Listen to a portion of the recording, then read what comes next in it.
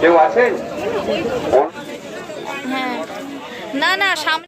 Hello guys, আমি প্রিয়াঙ্কা চলে এসেছি প্রিয়াঙ্কাস লাইফে। তোমাদের সবাইকে স্বাগত জানিয়ে শুরু করছে আমার নতুন ব্লগ।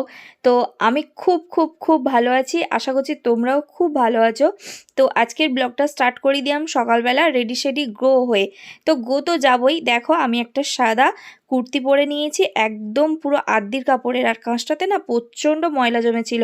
কোথায় যাচ্ছি না যাচ্ছি সবই তোমাদের সাথে জানাবো। তার আগে কিছু কথা বলে নিই। দেখো এই যে হাতে টাকা নিয়েছি, কারণ এক্ষুনি মানে গাড়ি ধরবো, তো তার জন্য একদম রেডি সেডি গো। আর সকালবেলা ভয়েস ওভার দিতে পারলাম না, শাঁসা করে ফ্যান চলছিল আর লাইটটাও জ্বালা ছিল। তো বাবা অনেক পিসি টিসি চা খাচ্ছিল, ওই জন্য আর কিছু বললাম না। আর দেখো একদম পুরো রেডি হয়েছে যেহেতু। আর আর এইদিকে দেখো এই যে একটা ব্যাগ নিয়ে নিয়েছি। এই ব্যাগটা রিসেন্ট দুদিন আগেই আমি কিনে এনেছিলাম এখানটাতে, মানে যাব বলে। তো এই যে একদম রেডি হয়ে একদম বেরিয়ে পড়ছি। আর কোথায় যাচ্ছি অবশ্যই তোমাদের সাথে শেয়ার করব। তার আগে বলে নিই, এই যে অটো পেয়ে গেছি একদম প্রথমেই। আর এখন সকাল কটা বাজে সেটাই তো তোমাদের জানাইনি। এখন ঘড়িতে 8টা বাজেনি, কারণ 8টা 10-এর লোকালে আমি যাচ্ছি। সকালবেলা যতই দেখছো মেঘ মেঘ করে রয়েছে, একদম মেঘলা, মানে রোদ্দুর উঠছে না, কিন্তু গরম প্রচণ্ড। আমি তো দেখলেই ঘেমে গেছি। তো যদিও সেরম কিছু মেকআপ আমি করিনি, কারণ লিপস্টিক আর কাজল পরতে আমার খুবই ভালো লাগে, সে দুটোই লাগিয়ে নিয়েছিলাম, মুখে একটু সানস্ক্রিন দিয়েছিলাম। তো অটোর মধ্যে বসে আছি, আর দিদি আর সোনু ওরা দুজন আমার সঙ্গে আছে আজকে। তো অ্যাকচুয়ালি আমি ওদের সঙ্গে আছি। তো এই যে সোনু বেবি আর দিদি। আর আসলে যে জায়গাটায় যাব সেটা অবশ্যই তোমাদের জানাবো, জানানোর জন্যেই। আর এই যে আমাদের চাম্পাটি থেকে লোকালে উঠে গেছি। তো লোকালে উঠে বসে আছি। আর লোকালে ঝগড়া হবে না, ক্যানিং ট্রেনে ঝগড়া হচ্ছে না, এটা তো হতে পারে না। তো আমাদের এই লাইনটা সাউথের ক্যানিং লাইন। অনেকেই জানো যারা সাউথের দিকে থাকো, যে প্রচণ্ড ভিড় হয়। তো এটা চাম্পাহাটি থেকে ছাড়ে, তো এই জন্য একটু ভিড় কম। তা বলে যে ঝগড়া নেই তা নয়। তো আমরা এখন যাচ্ছি হলো বজবজ। বজবজ যাচ্ছি কী কারণে, তো সেটা তো অবশ্যই বলবো। কিন্তু তার আগে বলে রাখি, এই যে ট্রেনটা চলে এসছে, অনেকক্ষণ দাঁড়িয়েছিলাম, প্রায় আধা ঘন্টা। বালিগঞ্জে নেমেছি, আমরা শিয়ালদা থেকে যাচ্ছি না, বালিগঞ্জ থেকে নেমে তারপর ধরবো ট্রেনটা। আর এই দিকের লাইনে আমাদের কোনো দিনই, মানে বিশেষ করে আমি তো কোনো দিনই যাইনি। তো এই যে মানে খুব একটা বেশি ভিড় না হলেও মোটামুটি ভিড় ছিল আজকে রোববার। আর আজকে হলো নেট এক্সাম, মানে এই আর গুবলুর সঙ্গে দর্শন হয়ে গেল, মানে ট্রেনের মধ্যে যেতে যেতে। তো দিদির মেয়ের ছিল নেট এক্সাম, তো তার জন্যেই যাচ্ছি আর কি। তো দুই একটা স্টেশন ক্রস করে আসার পর এটা মাঝেরহাট। দেখো এখানে একটাও লোক নেই, জনশূন্য পুরো স্টেশনটা, কিন্তু খুবই উন্নত, খুবই ভালো। এখন আরও কিছু স্টেশন গেলেই বজবজ স্টেশন আসবে। তো যদিও এই ফার্স্ট প্রথমবার আমার যাওয়া, তো এই যে দেখতে দেখতে হয়তো বজবজ মানে যে স্টেশন সেখানেই ঢুকে গেছি। হ্যাঁ, যেটা বলছিলাম, দিদির মেয়ের যে নেট এক্সাম, তো সেটাই আজকে পড়েছে। এবারে ওর প্রথম রানিং, তো যাই হোক একটু অভিজ্ঞতাও বাড়বে, আর দিতে দিতে সাহসও হবে।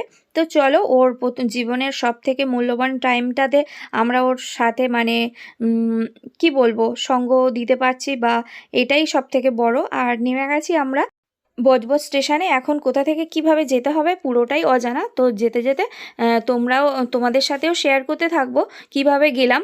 আর তারপরে আবার দেখাতেও পারবো যে চলো তাহলে ওই দিক থেকে স্টেশনে নামলে হতো, কিন্তু এই যে গলিটা দিয়েও তাকে নেমে যাওয়া যায়, নেমেই অটো ধরতে হবে। তো সামনে দিদি যাচ্ছে, বুঝতেই পারছো।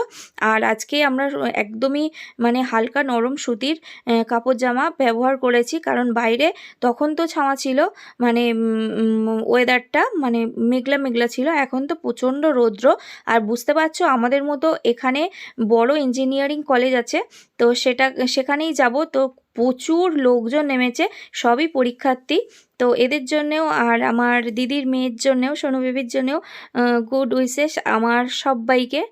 তো যাই হোক, এখন অটোর লাইনে দাঁড়িয়ে আছি, বুঝতেই পারছো কত দূর লাইন পড়েছে। আর এখানের সিস্টেমটা না একটু অনুন্নত, মানে প্রচুর অটো আছে, কিন্তু মানে ব্যবস্থাটা না খুব একটা ভালো লাগলো না। তো যাই হোক, কী করা যাবে, যেতে তো আমাদেরকে হবেই। তো দেখো বন্ধুরা, কথা বলতে বলতে চলে এসেছি, নেমে গেছি। এই যে ওই যে সামনেই ইঞ্জিনিয়ারিং কলেজ, তো বিবিআইটি কলেজটার নাম ছিল। তো সেখানে এখন চলে এসেছি। তো খুবই সুন্দর, চারিপাশে শুধু মানে গাড়ি আর প্রচুর পরীক্ষার্থী, আর একটা মানে এক্সাম, মানে মানে খুবই কড়াকড়ি, প্রচণ্ড পুলিশ প্রশাসন, আর প্রচণ্ড মানে এই যে গেটের সামনে চলে এসেছি, ভিড় হয়েছিল। আপনার মেয়ে আছে, যদি থাকেন আপনি মেন গেটে আসুন। নিমাই মন্ডল কেউ আছেন? অনন্যা মন্ডলের বাবা নিমাই মন্ডল। দিদির মেয়ে ঢুকে গেছে, মানে ইঞ্জিনিয়ারিং কলেজে যে ওদের সিট পড়েছিল ভিতরে।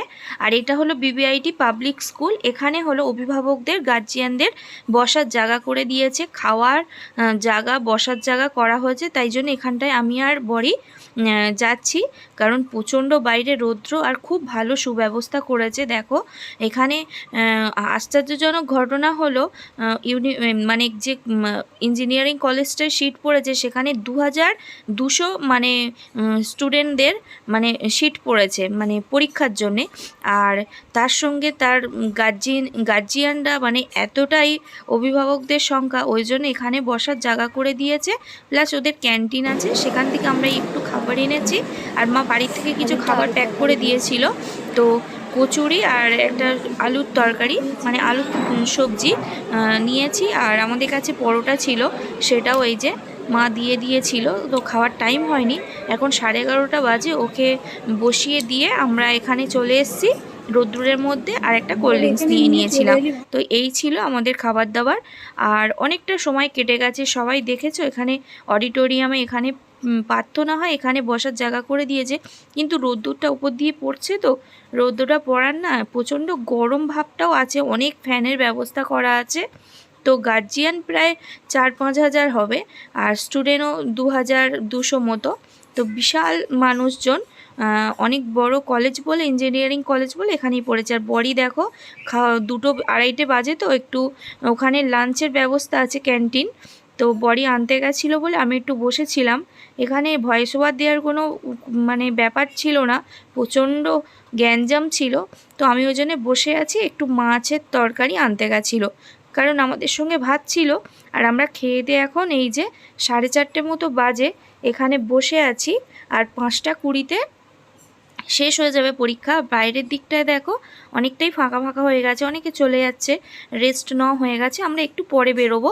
তো হাত মুখ ধুয়ে আমরা ফ্রেশ হয়ে একটু বসে আছি এখানে।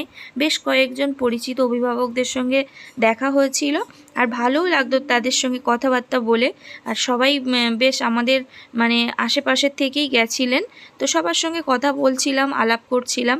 তো এখন সময় প্রায় কাছাকাছি চলে এসছে। আমি আর বড়ি এখন নেমে যাচ্ছি সিঁড়ি দিয়ে, বাইরের দিকে চলে যাব।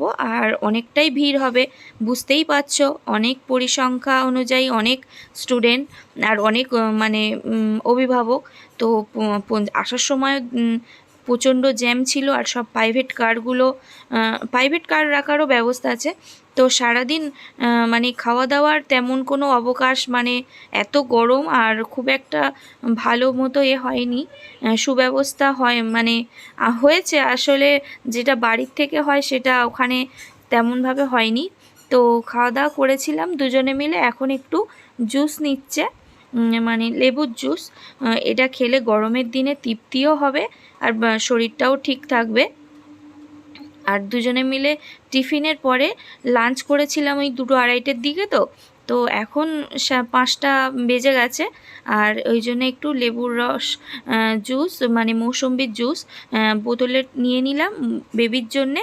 ও বার হয়ে, কারণ সেই যে ঢুকে খেয়েছিল মানে এক দলা মানে 1-2 গাল ভাত খেয়ে ঢুকেছিল, তো আর কিছু খাইনি। আর আমরা একটা গ্লাস নিয়ে নিয়েছি, আমরা 2 বোন এটার থেকে শেয়ার করে নেবো, কারণ ভালো লাগছিল না, জাস্ট শুধু এমনি নর্মাল জল খাওয়ারই ইচ্ছা হচ্ছিল।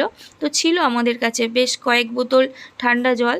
তো আপাতত অনেকটা সময় কাটার পরে সেগুলো আমাদের প্রায় সব কিছুই শেষ, ওই জন্য এখন প্রায় অনেকটা জিনিসই কিনে খেতে হবে। তো চলো আমরা এখন খাবারটা শেষ করি, তারপরে চলে এসেছি।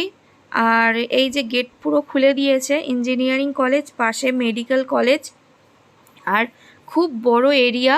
আর ভিতরে সব মানে প্যান্ডেল করে রাখা ছিল জিনিসপত্র, মানে খুব সুন্দর সুব্যবস্থা করেছিল। কিন্তু এখানের আসা যাওয়ার পরিবহন ব্যবস্থাটা খুব একটা ভালো না। এই যে জিনিসপত্র যারা ভিতরে এনেছিল তাদের সব এখানে রেখে ফেলে দিয়ে যেতে হয়েছে, কারণ এইসব পরীক্ষায় তো ভিতরে কোনো কিছু অ্যালাউ করে না। এমনকি ওরা লেখার পেনটা পর্যন্ত ওরা প্রোভাইড করেছিল। তো যাই হোক, ভিতরে এত গার্জিয়ান ঢুকেছে আর এত সুন্দর মনোরম, আর পড়ন্ত বিকেলটা এত ভালো লাগছে। কিন্তু এত মানে লোকজনের মাঝখান থেকে ভাবছিলাম ওকে আমরা কিভাবে খুঁজে পাবো, যদিও সবাই ক্যামেরা করছে সবার হাতে, বুঝতেই পারছো। যদিও ওদের অ্যানাউন্সমেন্ট করছিল খুব সুন্দরভাবে। হ্যাঁ, না না সামনে ভিড় হয়ে যাচ্ছে, আর এখন তো কোনো অসুবিধা নেই। শেষমেশ স্টেশনে আসতে পেরেছি বন্ধুরা। আমি আর ক্যামেরা করতে পারিনি, আসার সময় এত বিপদ হয়েছে, কারণ একদমই মানে গাড়ি পাচ্ছিলাম না, অটো। অনেকটা পর হেঁটে আসার পর তারপরে একটা অটো পেয়েছি, অনেক লড়াই করে তারপর স্টেশনে চলে এসেছি। আর প্রচণ্ড খিদে পেয়ে গেছে, এখন ট্রেনের মধ্যে কিনে নিয়েছি এই যে চিপসের প্যাকেটগুলো। আর ওর মুখও দেখ, সারাদিন পরীক্ষা দেওয়ার পর শুকিয়ে গেছে। আর আমাদেরও অবস্থা খুবই খারাপ, বুঝতেই পারছো। তো চলে এসেছি দোকানে, মানে একদম পুরো সব জার্নি কমপ্লিট করে। আর দিদির প্রচণ্ড শরীর খারাপ লাগছিল, মানে দাঁতের মাড়িতে যন্ত্রণা হচ্ছিল। বেবিও বসে আছে, আমিও বাইরের দিকটা বসে আছি। আর হাওয়া হচ্ছিল বাইরে, প্রচণ্ড ভালো লাগছিল। তো এখন এই যে ও চা আনছিল, ওকে বলা হয়েছিল একটু চা আন, কারণ সারা বিকাল আমাদের একটু চা মানে খাওয়ার সময় হয়নি, আর প্রচণ্ড মাথা ধরেছিল, তাই জন্যে এখন একটু চা খেয়ে নেব।